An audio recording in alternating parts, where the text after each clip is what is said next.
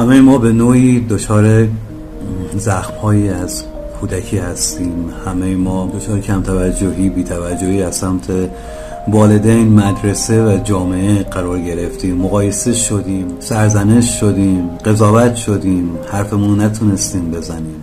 اگه که بخوایم که تقصیر رو بندازیم گردن خانواده و جامعه و مدرسه و اینا که اونا هم بالاخره کودکی خاص خودشون داشتن، اونا هم درک نشدن، اونا هم عشق و محبتی که واقعا لازم داشتن رو دریافت نکردن و میشه همینجوری رفت تا عقب.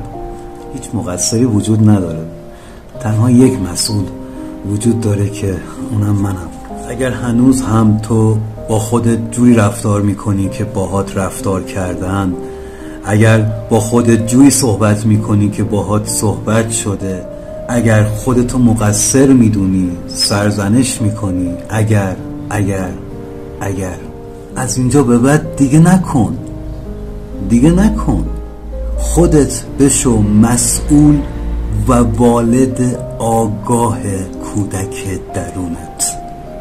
ببخش خودتو و دیگرونو که ندونسته با تو رفتاری کردن که حقت نبود.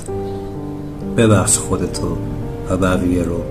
درو باز کن، بیارش بیرون، بغلش کن، ببوسش، به واسه نو تنش کن و همینجور تو چشاش که نگاه میکنی بهش این قولو بده که دیگه هیچ وقت تنهاش نمیذاری.